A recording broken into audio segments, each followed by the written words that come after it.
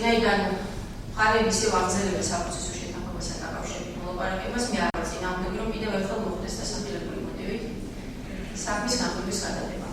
მათ ბრალად ედებათ საქართველოს სახელმწიფო საზღვრის უკანონო გადმოკვეთა ერთის მხრივ სომხეთის ტერიტორიიდან და მეორეს მხრივ ჰქონდათ ცდილობა თურქეთის მხარეს რომ გადაეკვეთათ და დაკავებული იყვნენ ამ მომენტში ბრალდებულების თანხმობით საპროცესო შეთანხმების გაფორმებისა და ამჟამად მიმდინარეობს მოლაპარაკება.